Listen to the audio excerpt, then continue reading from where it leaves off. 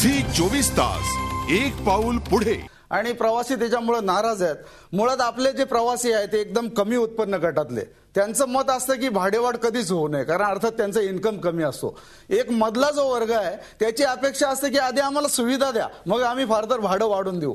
आणि तिसरा एक वर्ग आहे याच उपनगरी रेल्वेत जो फर्स्ट क्लासने प्रवास करतो, बऱ्याच जणांना 1 लाखापेक्षा जास्ती पगार आहे, त्यांचं या सगळ्या गोष्टीकडे बिलकुल लक्ष नसतं। पूर्णतः आत्मकेंद्रित आणि तटस्थ असा तो वर्ग आहे। तर मुळात आम आदमीचं सरकार जेव्हा आपण म्हणतो त्यावेळेला सामान्य माणसाला त्रास होऊ नये ही आमची अपेक्षा असते।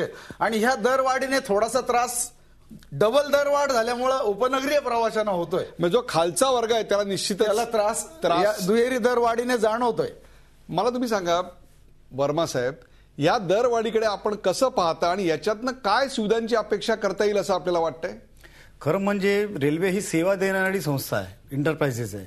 आणि सेवा देणारा म्हणजे इनडायरेक्टली तुम्ही प्रवाशांवरती लादला जातात, कुठपर्यंत सहन करणार? आता ते शेलार साहेब म्हटलेले आहेत की 2दा दरवाढ केली आहे। मुंबई प्रवासी जे आहेत, जे प्रवास करणारे लोक आहेत, ते सुविधा भाड व्हायला तयार आहे एकदम। त्यांना काही आवश्यकता नाही आहे, त्यांना फक्त सुविधा द्या।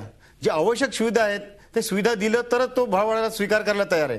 प्रवाशांची एकच मानसिकता आहे की आमचा प्रवास कसा सुखकर आणि सुरक्षित घरी पोहोचेल, हा मानसिकतेमध्ये आपला प्रवास असतो। पण ती अपेक्षा म्हणजे दरवाढीचं एक प्रकारे तुम्ही त्याला विरोध करत नाही आहात, त्याबद्दल जरी नाराजी असली काही वर्गामध्ये तरी सुद्धा दरवाढ ही एन मासे ज्याला आपण म्हणतो, आपण काही रिजेक्ट करत नाही आहात, आपण त्याला पूर्णपणे नाही लाल बावटा दाखवत नाही आहात। तर दरवाढ करा, पण दरवाढी बरोबरच सुविधाही द्या।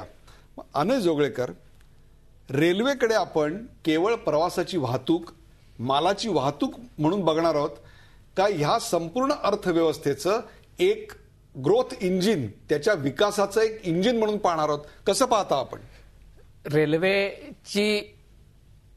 रेल्वे ही म्हणजे माणसाच्या शरीरात जशा रक्तवाहिन्या असतात तसं ते रेल्वेचे स्थान आहे।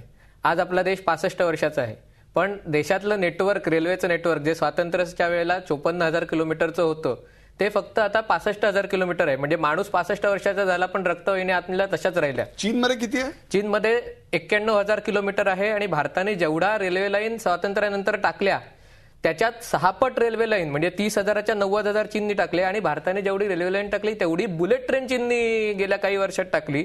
आज बीजिंग शांघाय अंतर हे दिल्ली मुंबई अंतर एवढं आहे। हे अंतर चीनमध्ये रेल्वे 5 तासात पार करतं। दर दिवशी दर 15 मिनिटाला एक याप्रमाणे 90 बुलेट ट्रेन बीजिंग ते शांघाय आणि शांघाय ते बीजिंग प्रवास करतात। आपल्या इथे किती राजधानी मुंबई ते दिल्ली आहेत हा प्रश्न विचारला पाहिजे। म्हणजे एक प्रकारे दरवाढ या गोष्टीला कोणाही प्रेक्षकाचा विरोध आहे असं मला वाटत नाही। जरी नाराजी मनामध्ये असली तरी सुद्धा लोकांना आज त्यांचा जीव घेणा प्रवास, त्या रेल्वेचा डबा म्हणजे अक्षरशः गोठा वाटतो। रेल्वेचे प्लॅटफॉर्म म्हणजे अस्वच्छतेचे आगार वाटतात।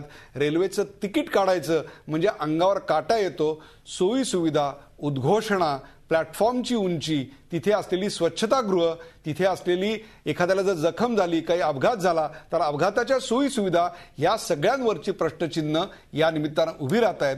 या दुसऱ्या सेगमेंटमध्ये मी याच्यावरच चर्चा करणार आहे की नेमक्या कोणत्या सुविधा आम्हाला हव्या आहेत आणि त्या सुविधांचा अजेंडा काय असणार आहे। आपण रेल्वेच्या अधिकाऱ्यांना आपली प्रायोरिटी सांगूया, बघूया त्यांचं काय मत आहे। आपण पाहताय दर वाढले, सुविधांचं काय? झी 24 तास एक पाऊल पुढे।